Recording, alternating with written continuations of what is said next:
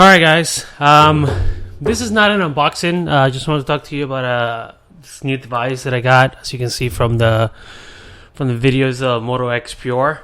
I did an unboxing video, but I figure instead of doing an unboxing video this time around, that I'll share with you guys what I think of the device. Either way, I'm still going to show you what it comes in. So you get this box. It comes in this box like this. Nothing much inside, just the order information, shipping information, and then you get this box. Sorry about that. And then in this box, you basically get your manuals and stuff like that in this little tiny box. Moto Care and safe, smart, and protected. Not only in sex, but also with your devices. Anyways, you also get the SIM tool, which is not here. I don't want to go over there and get it. I'll show it to you in a picture so you can see what it looks like. And then on this side, you get a bumper. I do have that bumper. Let me show it to you right now. That's what it looks like. And basically what you do with this bumper is you take it and then you throw it away because it's pretty much useless. I think that's the reason. I don't know if the reason they included it in the box is because it's garbage, bad design, and decided to just give it away, or if they, legit, they thought this was going to be a good product. Don't like it. Don't like how it feels. As far as I'm concerned, you can turn it away. So that's the box. But I wanted to talk to you about this. The phone. There's a lot to like in here. I really love the screen. Yes, it's a WQHD screen, and it looks amazing. Don't believe what some people say where it doesn't look great in sunlight, direct sunlight, stuff like that. I've had this phone for about 2 to 3 days, and it looks great outside and inside. And as you can see from here, I don't even have the brightness all the way up. That's less than half of brightness. And I think less than half works just great. You shouldn't have to move it from there because you get really good angles and viewing angles, and it's bright enough that you can see what's going on at that setting. I really like the Moto notifications. So whenever you get a text, you can actually wave your hand on top of it, and then it gives you typing information. So it will give you, the time, and it will show you notifications. So if you have a notification, you can press and swipe up to adjust the notification. You can swipe to the right or to the left to dismiss it, and you can swipe down to unlock the device. Love the way that the Motorola does notifications. You don't have a notification light, but you don't need one. This actually works great the way it is. One bummer. One of the reasons why I got the phone is because I had the original Moto X, and I love that it would read the text to you whenever you got a text and you were driving. It doesn't work with Google Hangouts, and that's my main text application. So I'm not able to take advantage of that feature, which is a feature I really liked. So that's no longer available to me because now I'm using Hangout for text messages and for chats. Mostly chats. I don't get that many text messages, but note that you won't be able to receive. The system won't be able to read out the messages to you. You won't be able to reply to them from the car without touching your phone, unless you're using the text app. If somebody knows how to do this or has a way of setting this up, I tried to look into it, but I couldn't figure it out. So if there is a way and you know how to do it, let me know in the comments below, because so far I haven't found out a way to do it. Let's see. Another cool thing I like about this is Moto Voice is very accurate. Never had any issues with it. Okay, Moto X. Every single time, you can tell them a whole bunch of commands. So you can say, for example, Moto X. Okay, Moto X. What's my agenda for today?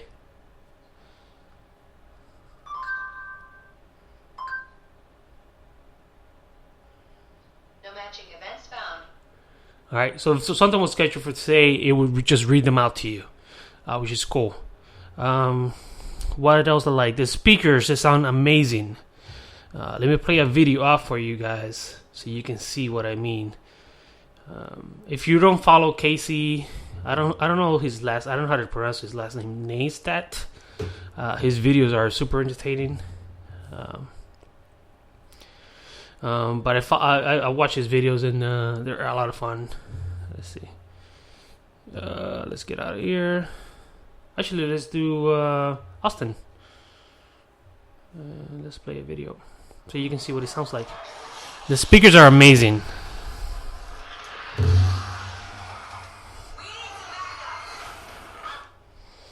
Hey guys, this is Austin. With 8 years of evolution, how does the new 6S compare with Let me get this closer to the phone, to the microphone, so you can It's see. just how little things have changed. It's clear Apple settled on a basic design back in 2007 and have focused on tweaks since, which makes the first gen surprisingly familiar. Speakers are top notch. I say they're pretty close to the HTC, as I say. Not as great, but very, very like close second. I don't think as far as front speakers, HTC and then the Moto X Pure are top of the food chain. Nobody's doing it like they are. It's got two front-facing speakers, one at the bottom and one on the top, and they sound amazing. I'm really happy about that. Never really cared for it until you have it. Once you have it, I don't think I would like be so happy without it. Camera is pretty good. I don't like what Motorola does, where the way you use the shutter. Let me see if I can take a picture of something here so you can see what I mean. Alright, so the way it works is instead of having a shutter button that you can use, you get this thin, I don't know what you call this, but you get this view thin, and then you place it where you want the camera to focus on, and then you tap somewhere on your screen. It does get a little bit to get used to. I did get used to it after 2 days, but I did struggle for the first couple of days. So that's, as far as the software, it's not something that I really like. I wish you would just have a regular button on the right and be done with it. But you do get used to it. The quality of the pictures are not bad either. I'll show you some pictures on the video, but I'm very satisfied with the pictures.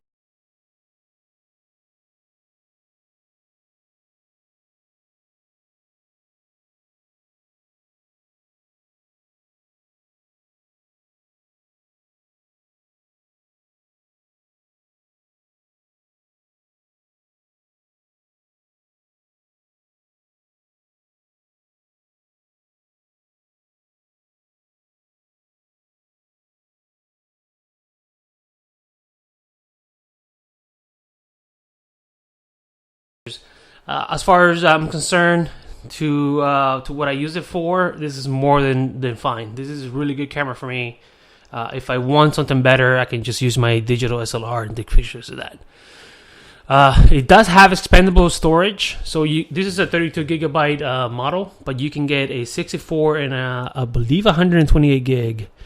But it doesn't matter because you can pop the SIM tray here, and it has two options. One for to be a SIM card, and then you can flip it to the other side, and then it has a micro SD card slot in there as well. And then you can expand it to 128 gigabytes, so you got an extra 128 gigabytes you can use there. I really like that. That's very cool. It does use a nano SIM card, so if you're coming from a micro SIM card, you're probably going to have to cut it a little bit to make it fit in there. That's one thing to note. Build quality is pretty awesome. I really like the build quality. People give it a hard time because it's plastic, but this plastic works. This thing is super grippy. Don't know what it has back here, but it won't slide as easy. I really like the grippiness of the back. I went with the blue and light blue setup, and I was expecting this to be a little bit lighter in color. It's like a metal blue. You can see right there, and you can see it on the speakers. I set it up that way too as well. I really like it. It's even better than what I did on the Moto I forgot what it's called. Moto Maker. It is plastic around it, for what I can tell. The screen is very the bezels are very thin, which is something that Motorola likes to do, and I'm okay with that because you get a smaller footprint as far as the phone is concerned, but the screen is big. So as you can see, the bottom part and the top part are pretty small, and there's basically almost no bezel on the side. Big thumbs up on that. Like I said, build quality is pretty good. I do like the little hole here. I don't know what you call it, nipple inverting. But I do find myself resting my finger there all the time when I'm holding the phone. I like that a lot. It's got a dual tone LED flash on the back. Your camera, I believe the rear camera is 21 megapixels and is an f2.0 stop.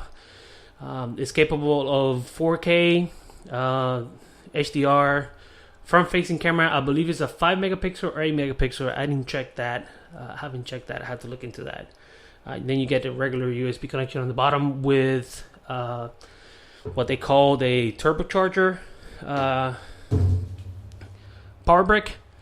It does charge your phone super fast. Really like it a lot. The only problem that I have with it is that the brick itself, the cable's attached to it. So it's not like you can use a regular USB cable, from laying around and just connect to it. You do have to use that brick if you want to take advantage of the turbocharge. Otherwise, you're gonna have to get something else. So that will work as far as like getting the turbocharge and leaving it at home, and then get something else for when you're on the road. Customizations. I already talked about that, but I really like the options Moto gives you with as far as customizing the phone. It feels unique. It feels like your phone. It feels like there's less of a chance of finding another one like it anywhere else. Cons. Oh, by the way, this front-facing thing here is a flash. You can take selfies with the flash. I would still suggest not doing it because the pictures look kind of weird with the flash on. And the camera's good enough to take those selfies anyway. I do like the motion things from Motorola. So if you do a slash like that with the phone, it turns on the flashlight. Sorry, I couldn't do it right because I didn't want to hit the table. And then you can turn it off that way. And then if you do a flip like this, it automatically takes you to the camera, which is pretty neat. And then you can flip it like that to take you to the front camera. What else? The only con that I'm finding with the phone is back here, and that is the battery life. It's got a 3,000 milliamp battery. Not 100% sure whether that's good enough or not. I've been using it for 2 days. 3 days. Half of the first day was off the network. I was just using Wi-Fi. So I want to use it. I want to go ahead and use it for for about a week and see what kind of battery life I get. Yesterday, I took it off the charger at around 7 a.m. And then at around 10:30, I was able to put it back in the charger with 15% left on battery. So I don't know if it's because I was home all day and maybe I didn't use the phone as much as I used to. If that's the case, if it can last me from 7 o'clock in the morning to 10:30 p.m. every night, without having to charge it throughout the day as my normal regular use, then I should be okay with that. If it does drain the battery quicker, and then I ended up having to put it in the charger around 6 p.m., then that's going to be a problem. Battery life needs to last the whole day now of manufacturers, and you guys need to get better at it. A 3,000 milliamp battery with a big screen like this should not be acceptable. You need to have at least 33 milliamp battery or more when you have a screen this big.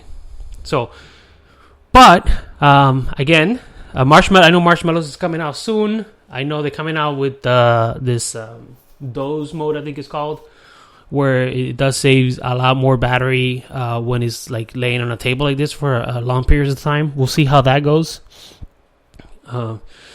We'll see. We'll continue to try out the phone. Like I said, I'm gonna try it out for a week and see what happens. Hopefully that will be the battery life between 7 and 10:30 p.m. normal use. If that's the case, thumbs up, we good to go. If that's not the case and I still end up charging this then or having to charge this then by 6 p.m., then I wouldn't suggest having this. I had an OnePlus One as my daily driver for about a year, and I got used to having proper battery life where I was able to just go throughout the day without having to worry about it and then just have full battery, not having to charge on my daily driver. So we'll see how it goes. I'll come back and I'll post whether battery life has stayed the same or not. Let you guys know. If you guys have any more questions or if you want me to test anything else, let me know on the comments below, and I'll be more than glad to go ahead and test it and let you guys know how it is. That's about it for now. This is what I think of the Moto X. So far, so good, pending battery life. If battery life is good, then I would totally recommend this phone because it's a really nice built phone, really nice screen, really good speakers. The camera is very good. It's not the crappy cameras that they've been coming out with. It's actually a proper usable camera now. The only thing holding this phone back is the battery life. It does have NFC, so you can do Android Pay with it. You do have to unlock the phone. It doesn't have a fingerprint reader, but that's not a huge deal to me. But then again, yeah, just go ahead and post in the comments. Let me know if you want me to test something out on the phone, and I'll go ahead and do it and reply to your post on the comments below. For now, talk to you guys later. See ya.